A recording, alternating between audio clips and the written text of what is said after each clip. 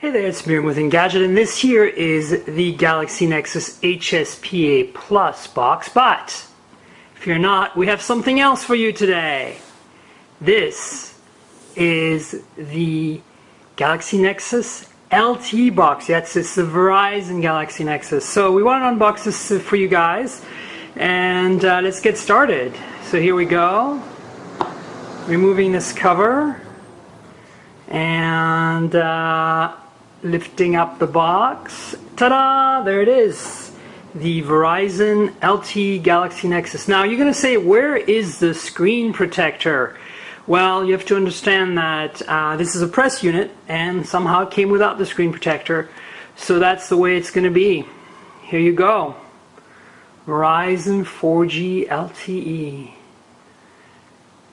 Alright, so let's look at the rest of the box before we look at the phones. I want to do some comparisons with this phone. I obviously own the HSPA Plus version, so you got a divider here, and then underneath the divider there is a couple of manuals. Galaxy Nexus manual right here, master your device, and then underneath that consumer information about radio frequency emissions and responsible driving, it looks like.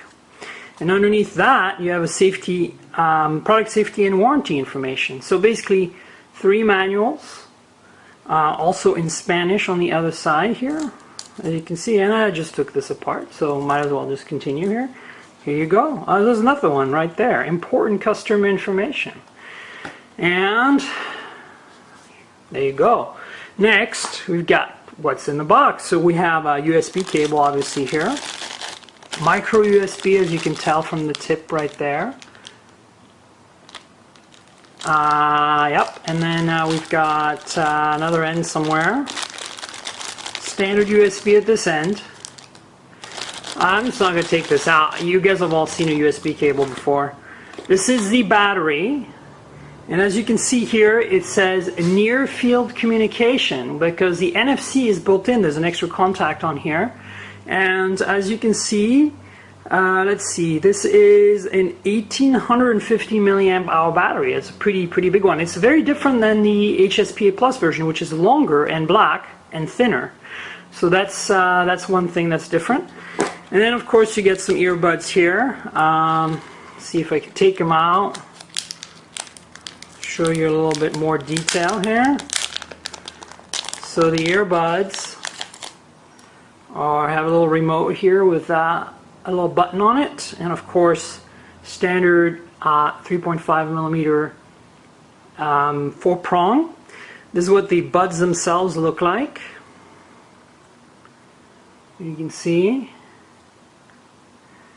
So that's one, and then finally we've got the charger here, and that's again pretty much a standard issue Samsung charger. Looks a lot like the iPhone charger.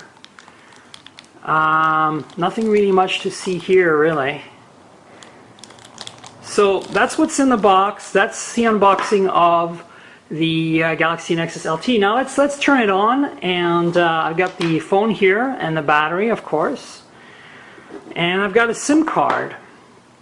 And you're going to notice right away something about this SIM card, and it's that it's a micro SIM.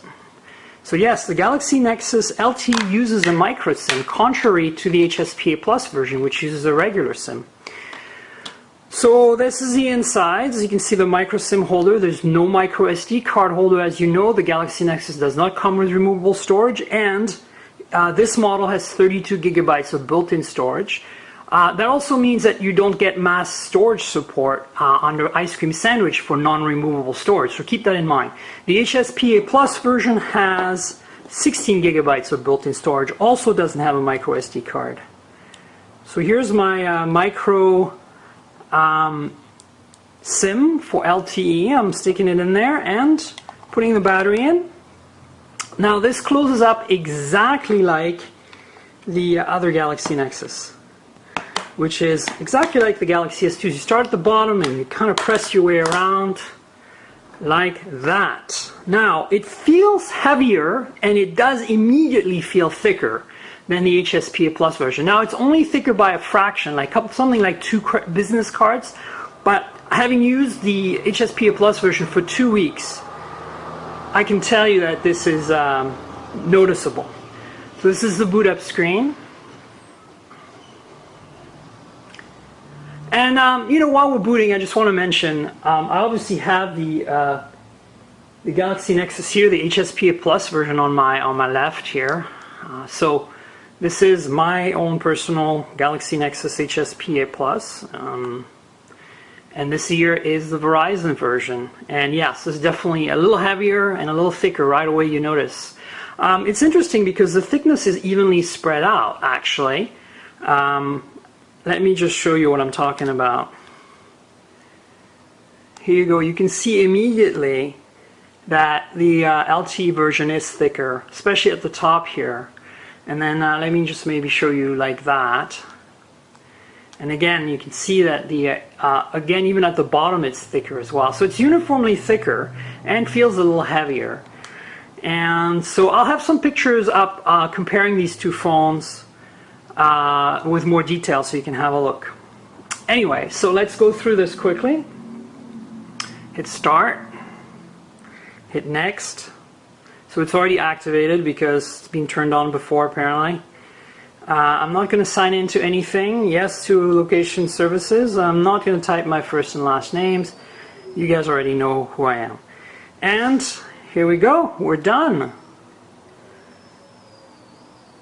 So this is a little tutorial that Ice Cream Sandwich always gives you. Make yourself at home.